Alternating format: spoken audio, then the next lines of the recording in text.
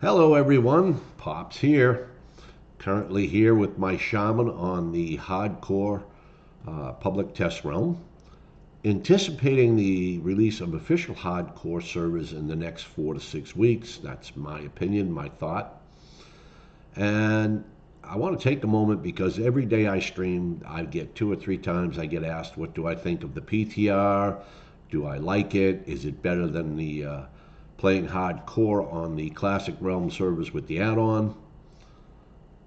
So hopefully this video will answer those questions.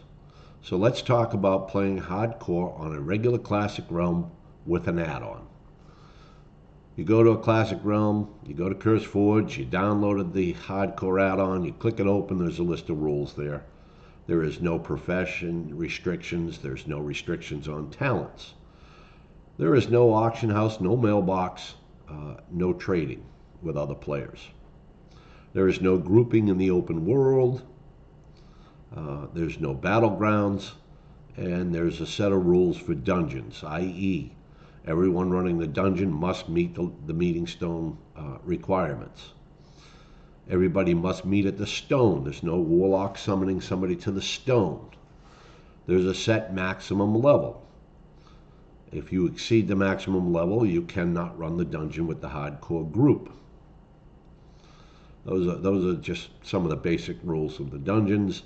If you die, obviously you delete your character. Now the PTR has come out and Blizzard has, of course, eased some of these restrictions. One, I can trade. I can group in the open world. I can use the auction house. Two, there's no limit restriction on the dungeon as far as your level. The only restriction on that is that a level 60 cannot run a dungeon with people of lower levels. This is their attempt to prevent boosting so that level 60 mages aren't selling stock runs for 2 gold a piece where you go in and the mage pulls everything and blizzards it's all down and you basically stand there and get the XP and the gear and don't do anything at all. We've all done it. We all went through it in Classic WoW. This is Blizzard's kind of hopeful answer to that.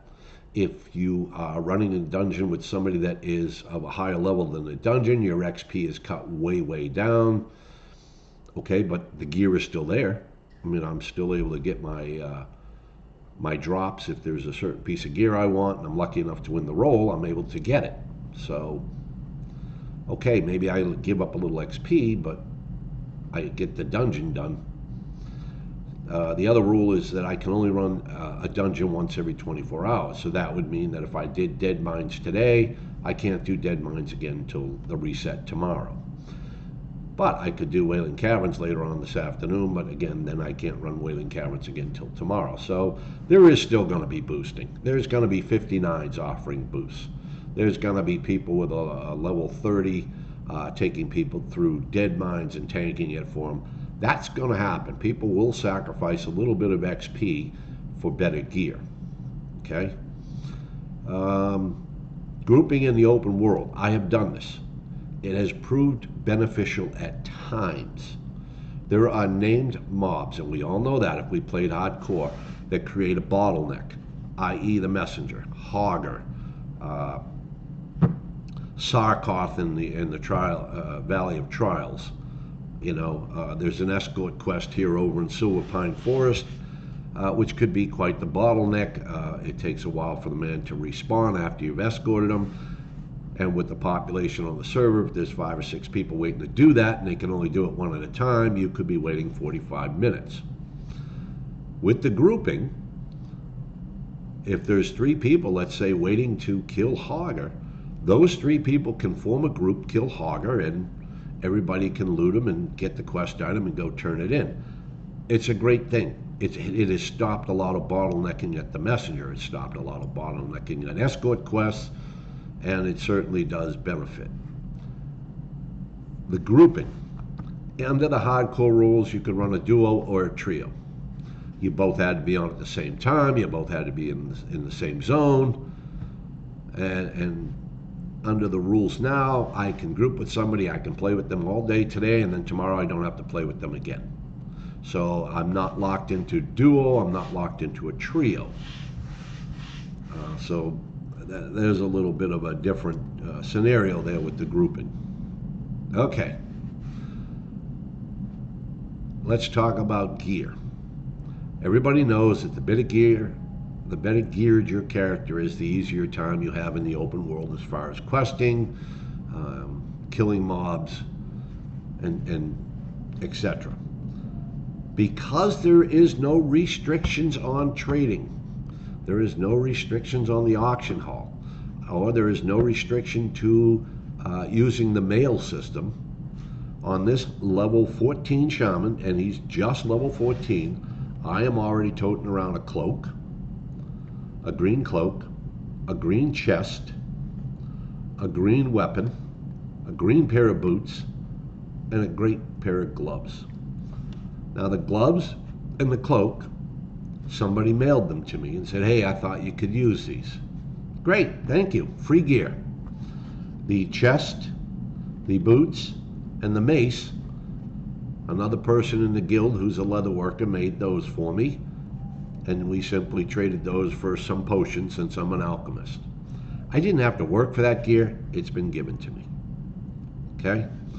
Also, if I go down and, like I said, I need to fight a tough mob, usually there's going to be 2 or 3 people there, we can group and we can kill. This has made the process much simpler as far as leveling. So I think the PTR has certainly demonstrated that it is a much easier journey in the leveling process than it is playing on classic WoW era with the hardcore add-on. Secondly, chat. Usually in chat there's somebody selling bags, and they're selling them cheaper than the vendor.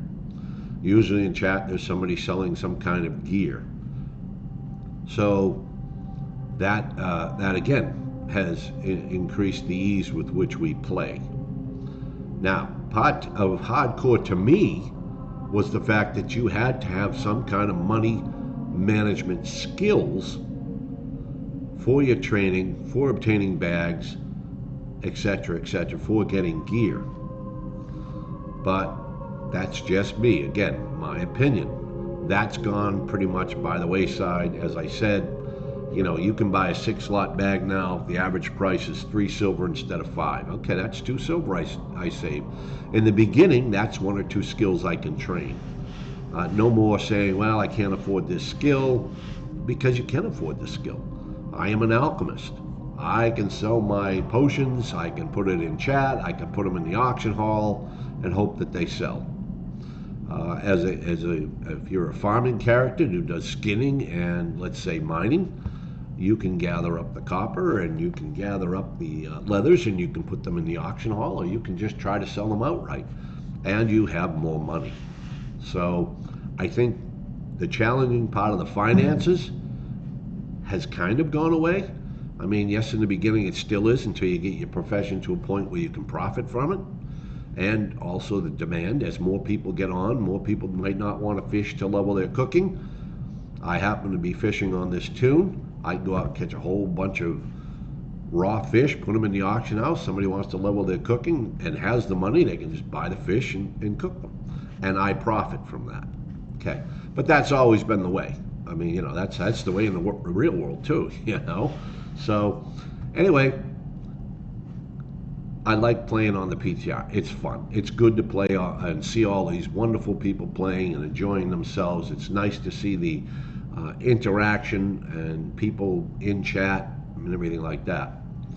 I do feel, however, that it's been a much easier process on the PTR than it was on the classic WoW service. So is it hardcore?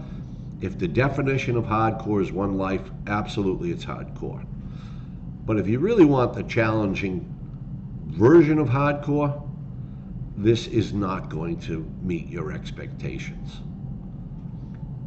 So you have to make that decision when the official hardcore servers drop, and if they don't change anything, are you going to enjoy playing a little bit softer, but being able to get to 60 easier? or are you going to want to put in the restrictions and do it with a more challenging set of rules? That's a decision only you can make. But anyway, there's some thoughts on the PTR. Everyone have a great day.